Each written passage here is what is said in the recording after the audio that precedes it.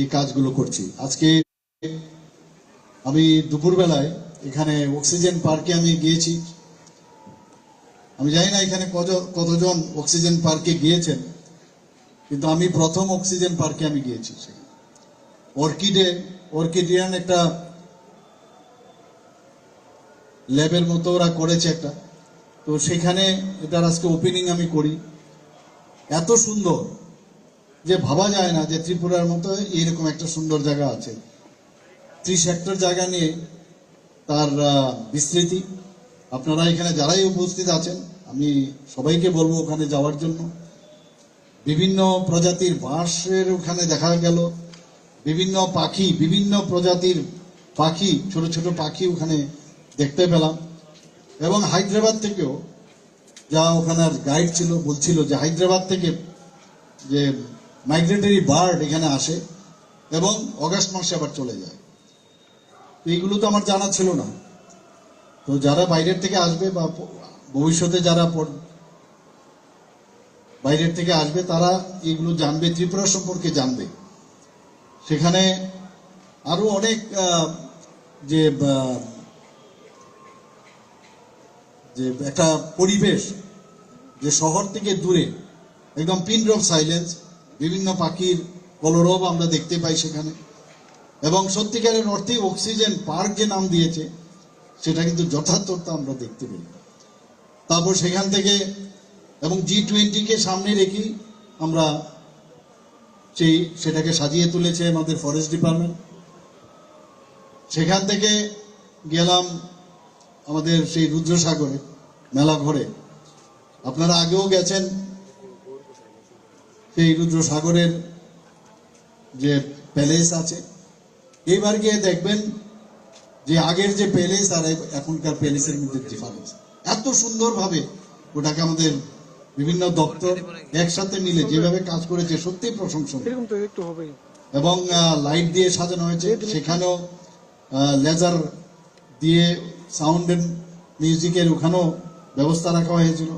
সত্যি অপূর্ব। এবং আজকে এখানে এলাম, এখানেও যা বলা হয়েছে যে ত্রিপুরার ইতিহাস, মানিক্য ডাইনেস্টির সম্পর্কে এখানে বলা হবে। এবং আপনারা জানেন যে G20 যারা বিভিন্ন দেশ থেকে আসছে ডেলিগেটসরা, ব্রাজিল থেকে শুরু করে আমেরিকা থেকে আরম্ভ করে রাশিয়া, বাংলাদেশ, বিভিন্ন জায়গার থেকে, মিডল ইস্টের কয়েকটা জায়গার থেকে আমার যা মনে পড়ে আসছে ওরা। তো ওরা আগামীকাল ওনারা আসছেন এবং সেইভাবে ওনাদেরকে অভ্যর্থনা দেওয়ার ব্যবস্থাও হয়েছে। এবং আজকে জার্মানের এরকম ত্রিপুরার মতো কোনো প্রদেশ আছে কিনা এখান থেকে কিন্তু আমরা বুঝতে পারবো না।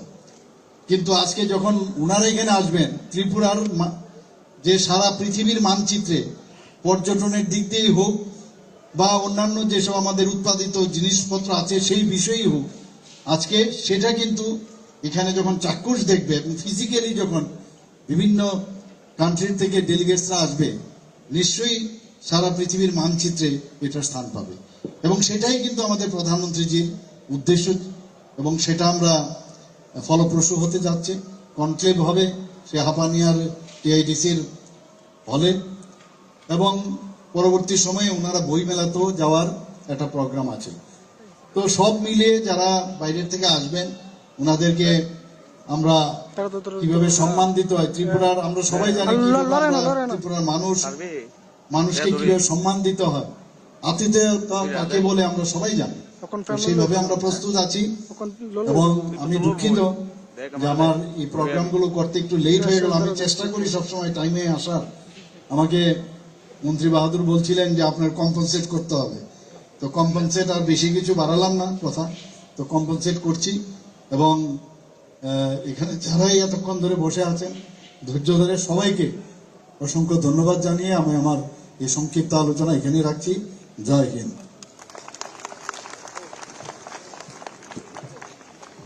অনেক ধন্যবাদ শ্রদ্ধেয় মুখ্যমন্ত্রী শ্রী মানিক শাহ মহোদয়কে। এবারে বিনম্র আহ্বান প্রফেসর ডক্টর মানিক শাহ মহোদয়ের কাছে অন্যান্য সম্মাননীয় অতিথি যারা মঞ্চে রয়েছেন, আসুন আমরা এই বিশেষ মুহূর্তের সাক্ষী থাকি। মাননীয় মুখ্যমন্ত্রী প্রস্তর ফলকের অনাবরণ করবেন। আমি সবার কাছে বিনম্র আহ্বান রাখছি, আপনারা দয়া করে মঞ্চে যারা রয়েছেন একটু আমাদের জন্য অপেক্ষা করুন। সবাই ওখানে যেতে পারবেন না, মিডিয়ার বন্ধুদের যেতেই হবে। মিডিয়ার বন্ধুরা ওইদিকে যাবেন, প্লিজ যাবেন না, প্লিজ যাবেন না। এই লাল ধরে বাবা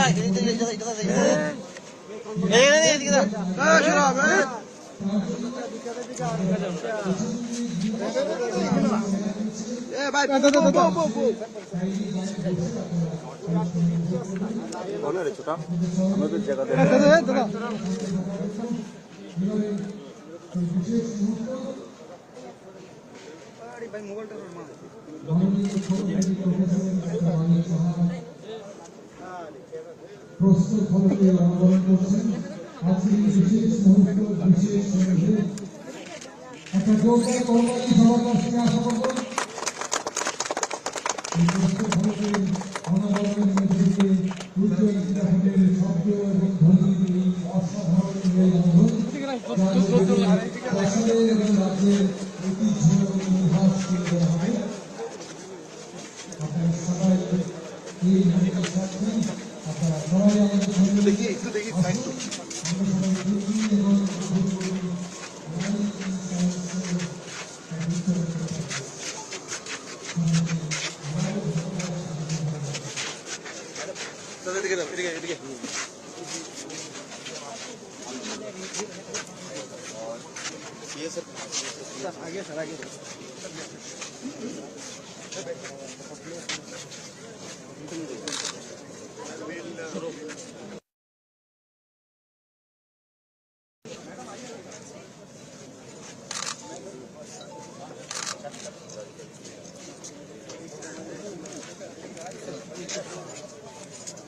Now we'll start the show.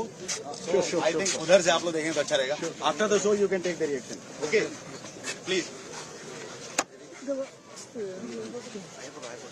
এদিকে আমার তো দেখবো আর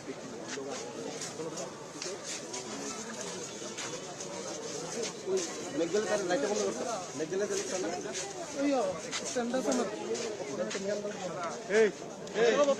কম দেওয়া হচ্ছে পিচ্ছা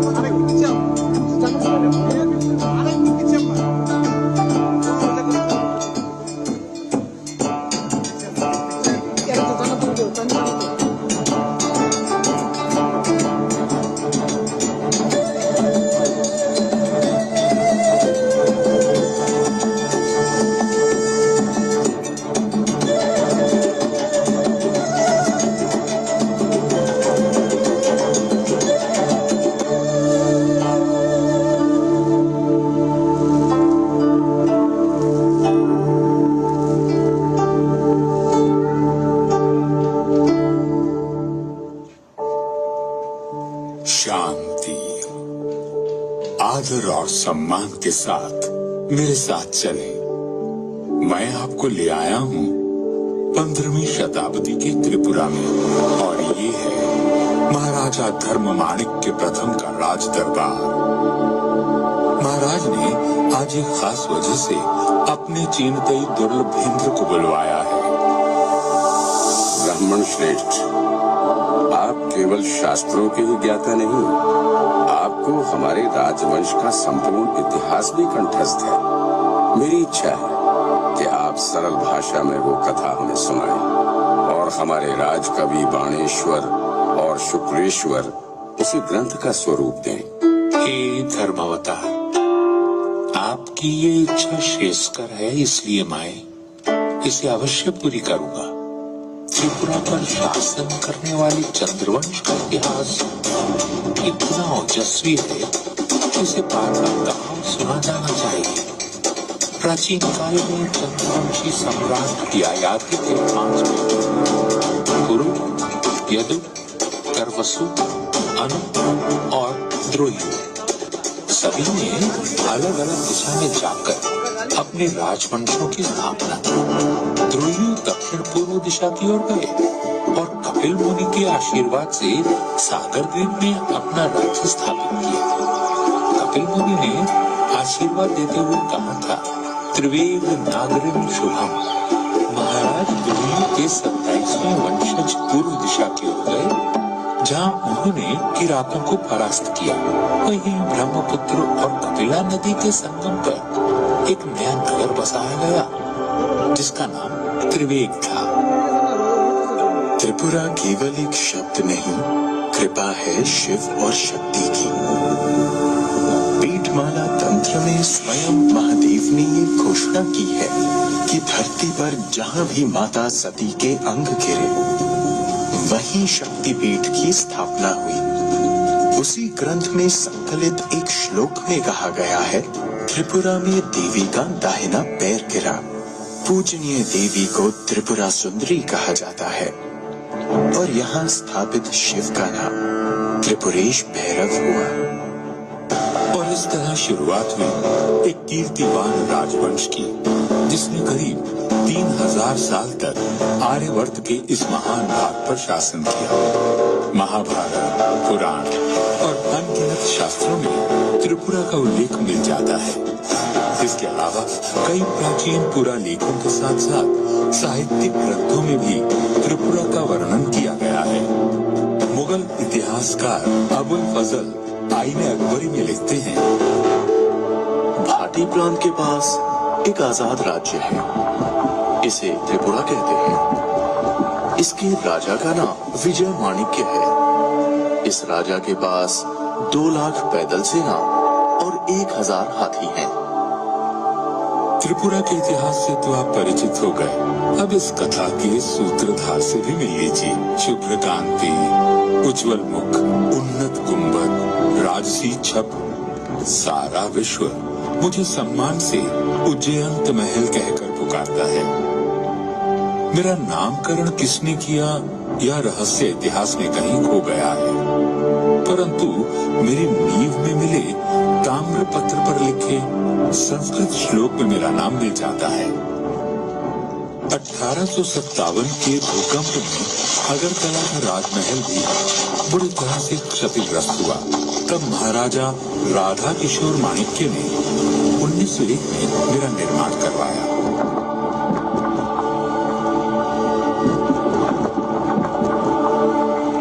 मेरी इमारत में रोमन और मुगल कला का मिश्रण देखा जा सकता है। अपने 2 तालाबों और दोनों तरफ बने खूबसूरत फूलों के बागों के साथ मैं आगंतुकों का स्वागत करता हूँ।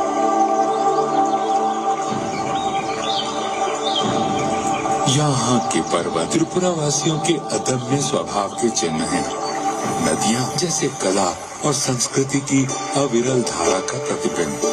यहाँ के उदार जंगल जीवन को आश्रय देते हैं और यहाँ की प्राकृतिक सुंदरता वैदिक कवियों की कल्पना से अद्भुत है।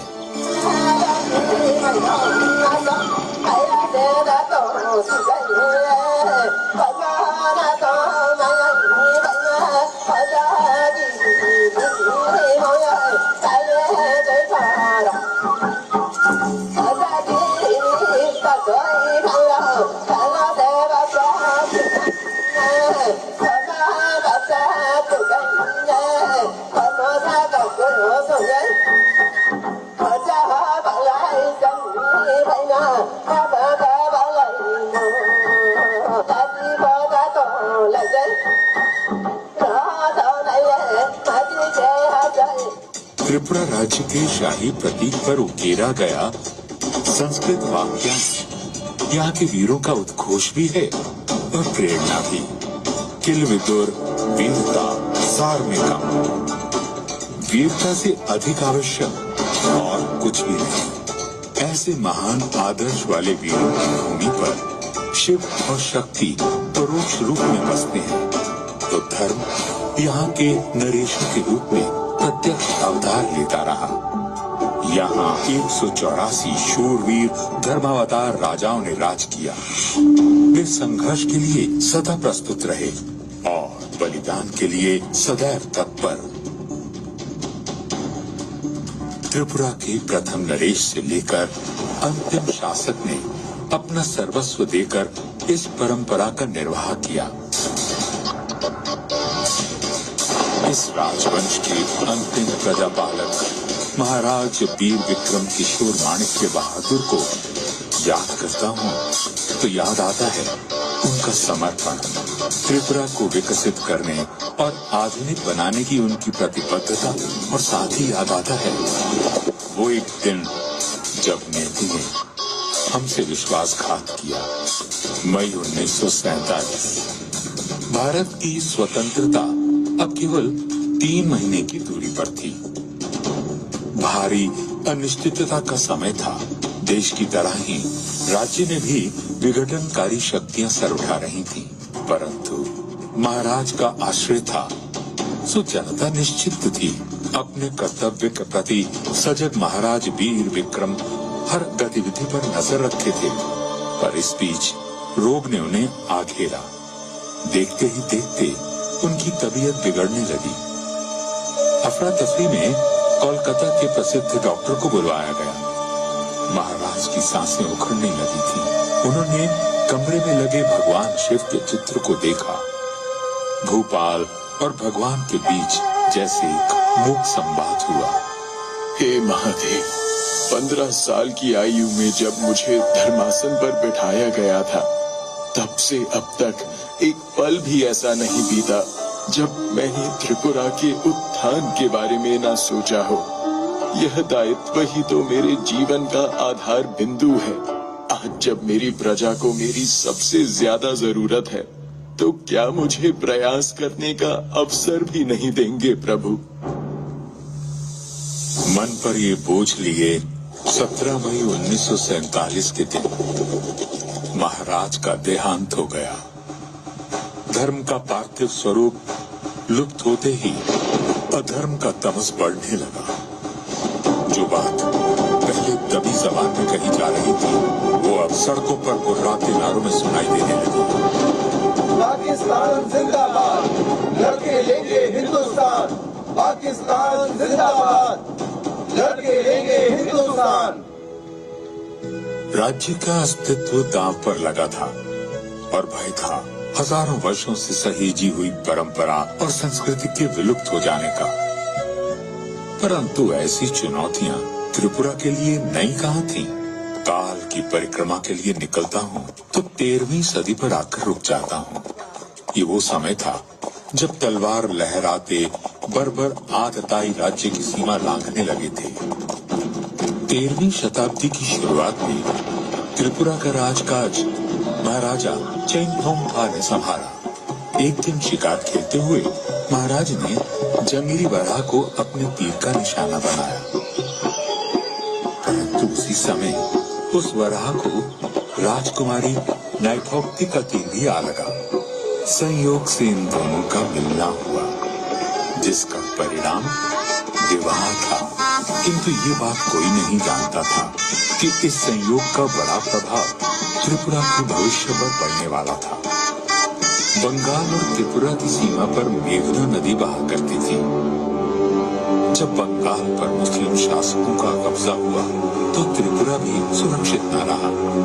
बंगाल की ओर से लूटपाट करने इरावंत खान अक्सर त्रिपुरा में घुसपैठ करने लगा।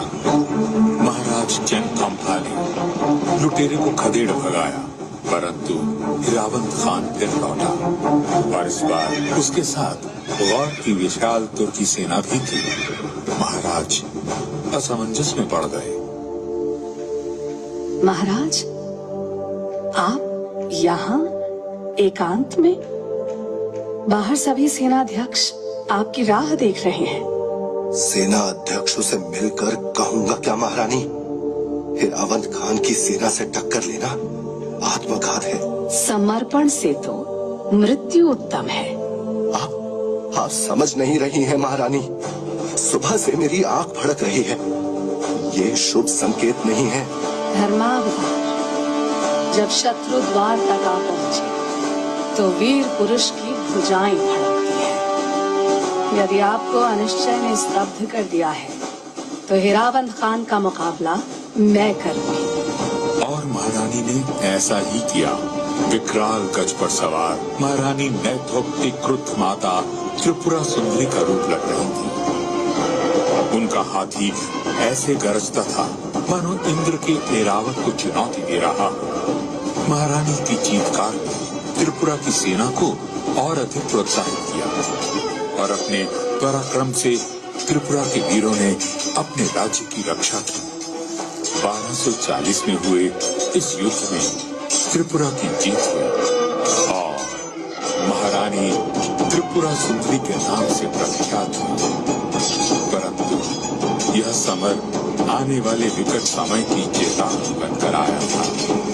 15वीं सदी के अंत में महाराज धन्य माणिक्य का उदय हुआ, जो उतना ही नाटकीय था जितना चंद्रगुप्त मौर्य द्वारा राज्य प्राप्त करना।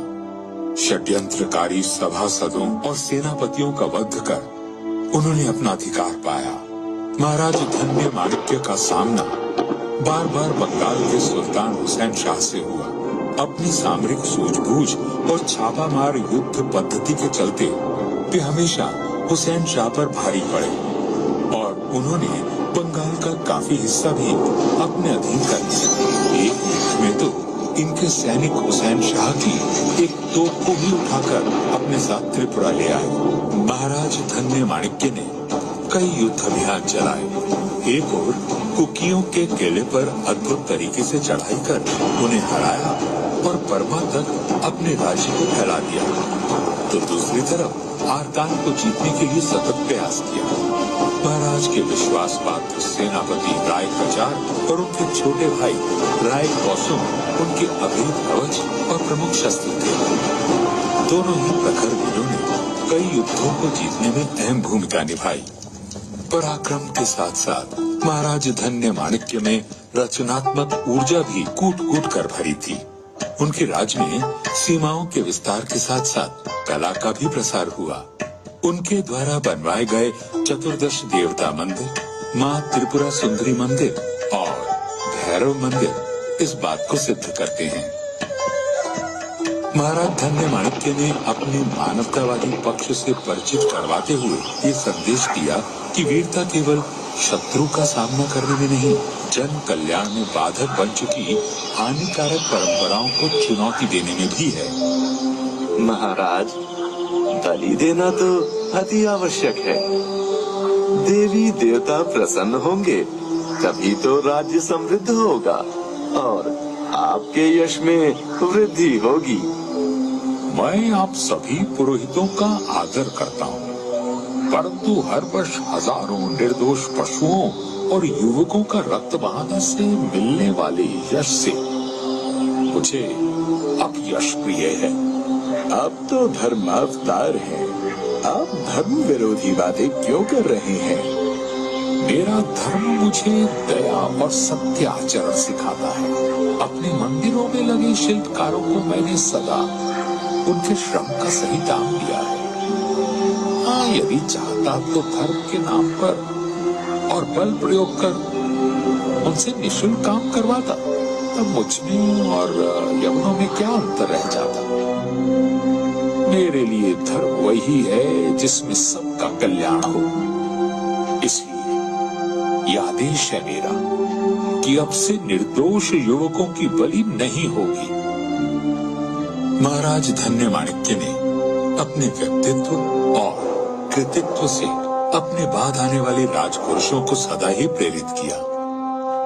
17वीं सदी में राजपद पर नियुक्त हुए महाराज गोविंद माणिक्य ने तो अपनी अहिंसावादी और दयालु प्रवृत्ति के कारण अपना राजपाट तक गवा दिया। वे जंगलों में भटके, फिर भी कभी सतपथ को नहीं त्यागा। 1660 ईस्वी में महाराज गोविंद माणिक्य आरकान में निवास कर रहे थे। आपसी संघर्ष के चलते उन्हें अपना राज्य छोड़ना पड़ा था। उन्हें खोजते हुए मुगल शहजादा शुजा आरकान पहुंचे और उनसे सहायता मांगी और उन्होंने आश्रयदाता का धर्म निर्भय होकर निभाया। इस बात की खबर शुजा के भाई औरंगजेब तक भी पहुंच गई। शुजा को क्या लगता है वो त्रिपुरा में जा छिपेगा तो मेरी शमशीर से बच जाएगा? त्रिपुरा के राजा के नाम एक शाही फरमान जारी करो और उन्हें कड़े लफ्जों में समझा दो कि मुगलिया सल्तनत से बेअदबी करने का क्या अंजाम होता है। एलची को फौरन से पेशतर रवाना किया जाए। औरंगजेब का चेतावनी भरा फरमान अब आरकान की तरफ रुख कर गया था। तो क्या धमकी दी है हमारे भाई ने? कहलवाया है कि मुझे उम्मीद है कि आप शुजा को गिरफ्तार कर लेंगे और अपने फौजियों की निगरानी में उसे मेरे पास एहतियात से भिजवा देंगे ताकि हमारी पुरानी दोस्ती बनी रहे। हमारा हुक्म ना मानने का अंजाम हमारे रिश्ते के लिए अच्छा ना होगा। अब आप क्या करेंगे महाराज? अपने सिद्धांतों के लिए मैंने राजसी सुख का भी परित्याग कर दिया। शरणागत का धर्म में अपने प्राण देकर भी निभाऊंगा। आप जब तक हमारे पास रहेंगे सुरक्षित रहेंगे। अपने इन्हीं विचारों के चलते महाराज गोविंद माणिक के राज ऋषि कहलाए। उन्होंने त्रिपुरा की सत्ता फिर प्राप्त की और एक कल्याणकारी राजतंत्र स्थापित किया। माणिक्य नरेशों ने हमेशा प्रजाहित की राजनीति की, पर जब उन पर युद्ध थोपे गए तो उन्होंने अद्वितीय पराक्रम भी दिखाया। महाराज देव माणिक्य, विजय माणिक्य, अमर माणिक्य, राजधर माणिक्य, यशोधर माणिक्य और कल्याण माणिक्य जैसे बलिदानवती राजाओं ने बड़ी से बड़ी विपत्ति में भी अपनी जनता को आश्रयहीन नहीं किया। महाराज कृष्ण माणिक्य का शमशेर गाजी से लंबा संघर्ष चला। अपनी प्रजा को शांति और समृद्धि प्रदान करने के लिए 1760 में महाराज ने उदयपुर की जगह पुराने अगरतला को अपनी राजधानी बनाया, परंतु शांति कुछ ही समय के लिए मिल पाई। अंग्रेजों के पांव भारत में पड़ चुके थे। 1761 से त्रिपुरा और ईस्ट इंडिया कंपनी में संघर्ष शुरू हुआ। युद्ध के मैदान में महाराज कृष्ण माणिक्य का पलड़ा हमेशा भारी रहा, परंतु अपनी कूटनीति से अंग्रेज अपनी पकड़ मजबूत करते गए।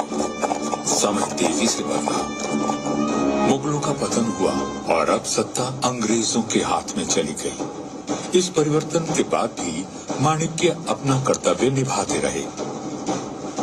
1838 में महाराज कृष्ण किशोर माणिक्य ने वर्तमान अगरतला की नींव रखी। फिर आगमन हुआ उस राजपुरुष का जो त्रिपुरा में आधुनिकता की लहर लाने वाला भगीरथ बना। 1862 में महाराजा वीरचंद्र माणिक्य ने सत्ता संभाली। अब निरर्थक युद्ध बंद हो चुके थे और प्रगतिशील विचारों से त्रिपुरा की रूपरेखा बदलने लगी थी। अपने सतपथगामी पूर्वजों की तरह ही महाराजा वीरचंद्र माणिक्य ने सामाजिक कुरीतियों पर घात किया। सती प्रथा बंद हुई।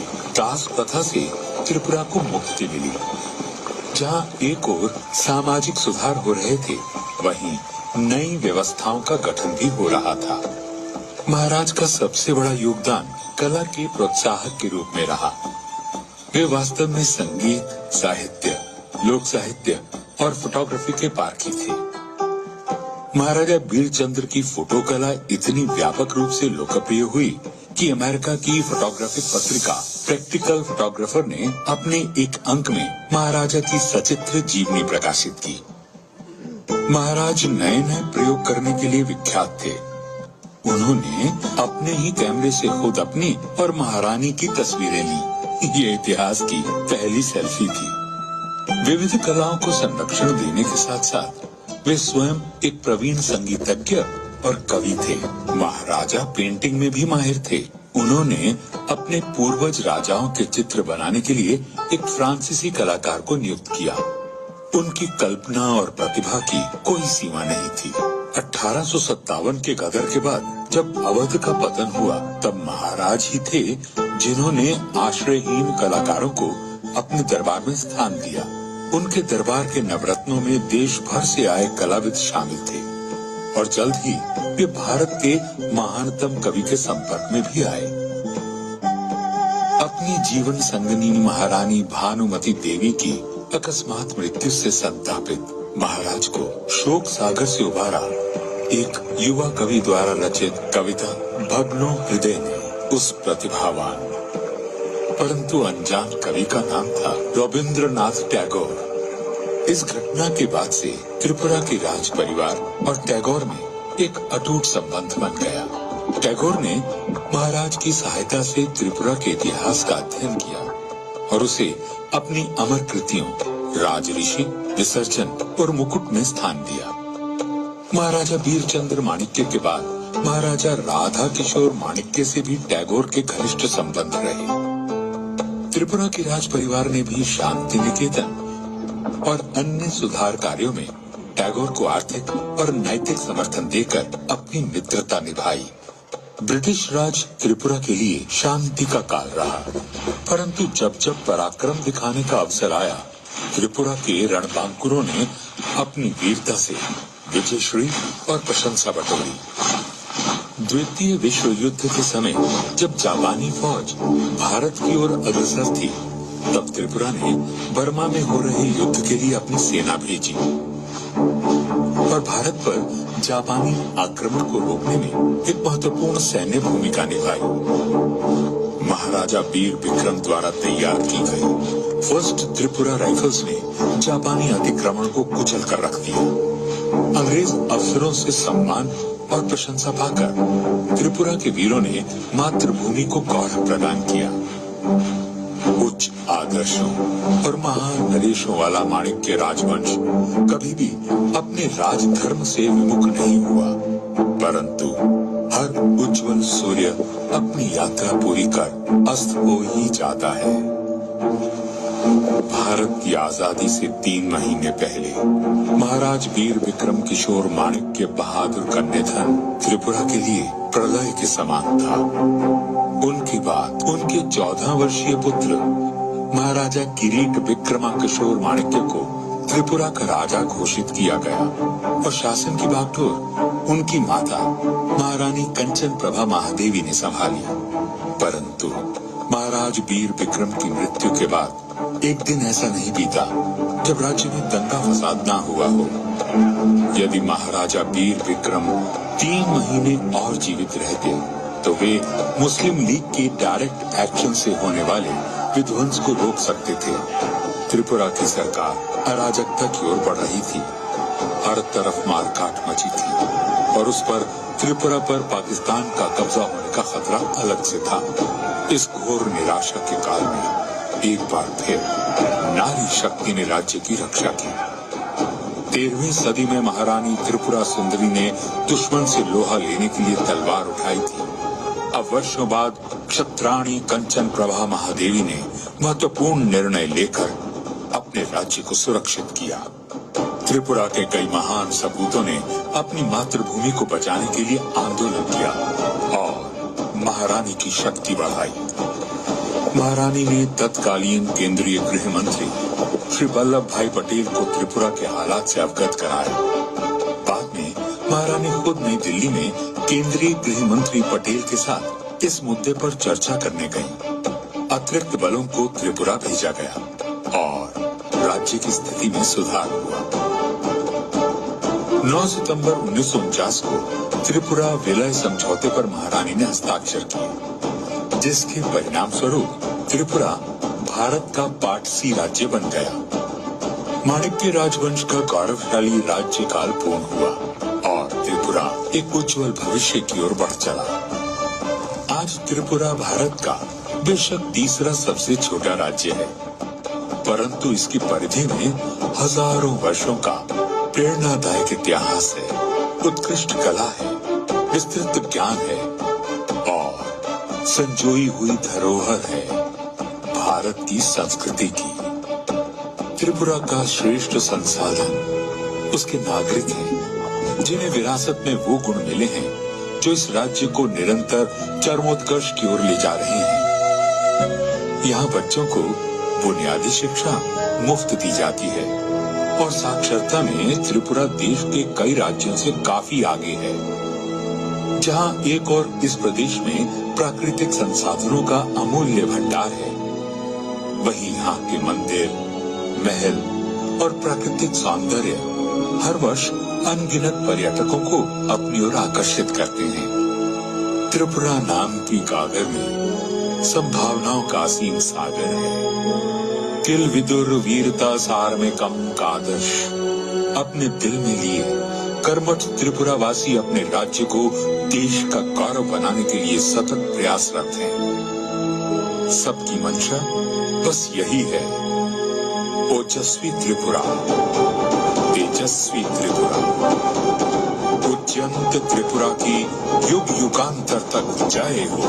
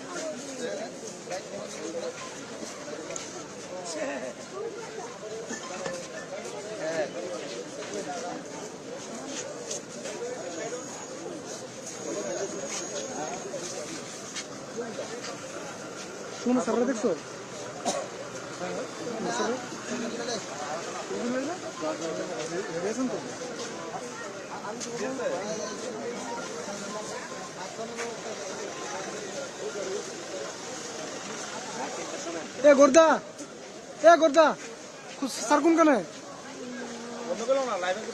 अच्छा इंस्टाग्राम के कैमरा बंद कर दे या लाइव चले अभी। अरे चलो गाड़ी चलते सके ना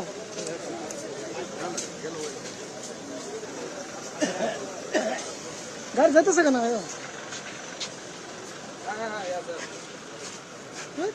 अच्छा आगे जाओ आगे के कैमरा सारा जने कोई सर को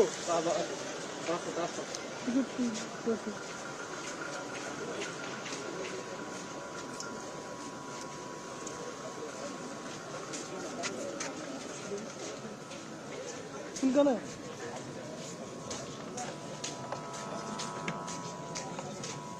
पप्पू आइटम कशा आहे पप्पू आइटम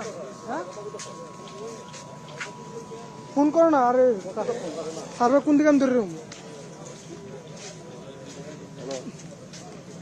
सेम रे उद्या तर अजून कोई गाडी सारा गेला का सांगता गाडी सामू